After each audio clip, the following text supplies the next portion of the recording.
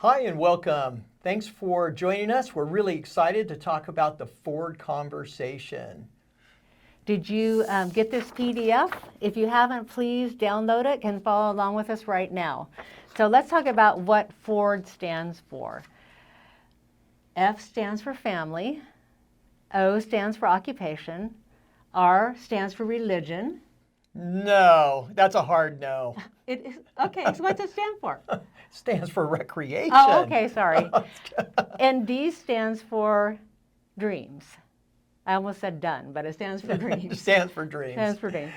So the reason that it's important when you meet somebody and you are sitting down having coffee with them or maybe having lunch or however you're getting to know each other, it's important to be able to have conversations that you already have figured out how you're going to carry it on so you don't have those awkward silences when nobody's talking.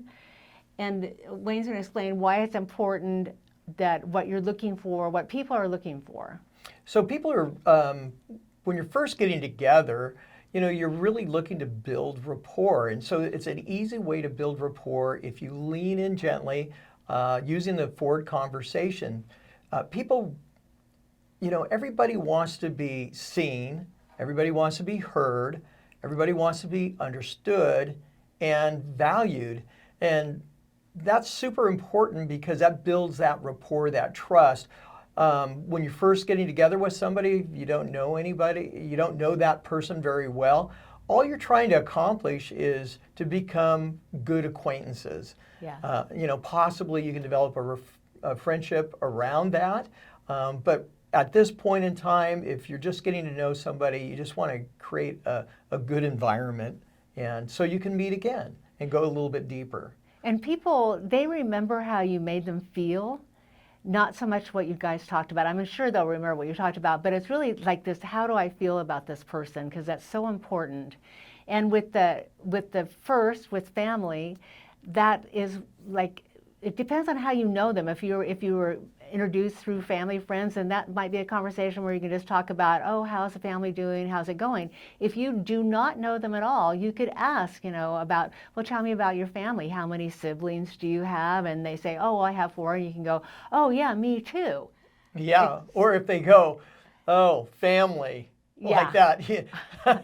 It may not be an area you really want to delve deeply into the first go around. Yeah, you might want to skip that subject if they have this deer in the headlights look on their face. Right. And then with occupation, if you have met through work, then of course you're going to know what they do. But you could talk about, I wouldn't want to get down and dirty and gossip about work. You just want to talk about what their profession is, how they enjoy it, how they get started, did they go to college for it.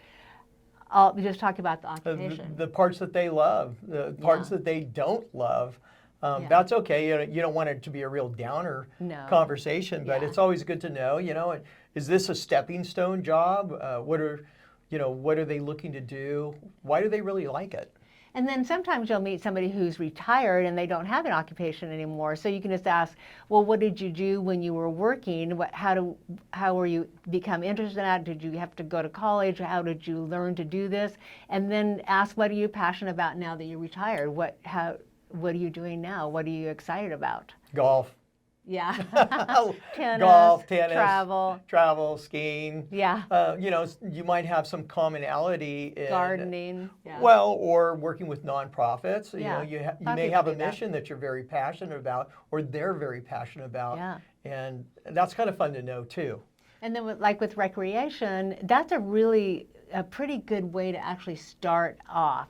Kind of skip the family occupation thing and start off with recreation, because people, that's a good times. Yeah, those are good times. That's a positive feeling. And another question could be, have you had any really great travels lately? Are you planning anything? It kind of leads into it.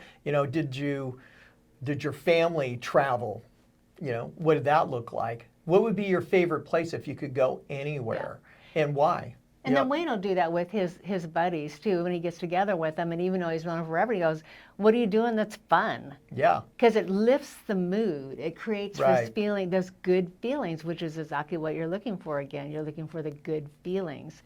And when it comes to dreams, that can be an interesting subject also, because you could, maybe if you say to somebody, well, what's your dream? And their answer is, I don't have any dreams. But I do. Yeah, Wayne has dreams. I have lots of dreams. Yeah, lots of dreams. But you can also go into, what's your bucket list? Yeah. What is it something that you would really like to do, that's exciting to you, and then and why? What's that all about?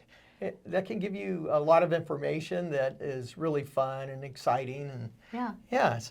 And then another question, like one of our friends said that she likes to ask is, if money was no object to money, what would your life be like? What would you do with your life? And that's kind of a fun, interesting, because people pretty much, they've thought about that. They thought about winning that lottery. Oh man, if I only win that $1 billion, right, this is what I'd be doing. So that kind of gives you insight, because really the purpose of asking these questions and having these conversations is because you really want to find out if this person is potential to be your life mate. You're looking to find out, just barely scratching the surface, but looking to find out if they have the same values that you have, if you want to move forward, you want to have a second date. You don't want to be like my parents back in the day. They met on a blind date, and on the second date they were heading out to Reno to get married. Yeah, but they didn't follow through. No, they didn't. No, but I dated somebody for 30 days. I said, hey, let's go to Reno. And I followed through. So anyway, but that wasn't with Freddie. No, it wasn't with me. No. So you don't want to be doing that. You just don't want to be doing that. Yeah. But you can have a lot of fun with the F.O.R.D conversation. Yeah, you can. You can use it in all aspects of your life. Yeah. If some people, it's very easy to carry conversations.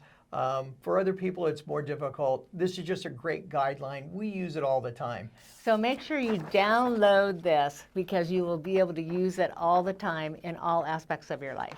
Yeah. So we have a 3-day free day challenge coming up. So look for it. We'll shoot you an email, or we'll get a message out to you some way. Yeah. Anyway, hopefully you'll join us. We go into a lot of depth about like F.O.R.D conversations, compatibility, all the different things that make relationships work, grow, or that they're a no-go and you can get out early and nobody gets hurt. The other thing that's so good I want to bring up about the F.O.R.D conversation is the fact that, you may go on a blind date or meet somebody. You want to think about having a nice relationship, a good acquaintance. They might become a good referral partner to you. They may know something about you that goes, oh, I have a friend you have to meet. And that is so much better than going in blind, or going into the Tinder world where there's 57 million people and 1,700 swipes to get a date. So anyway, something to think about. We hope to see you in the future. Remember our 3-day free challenge that's coming up, and hope to see you there.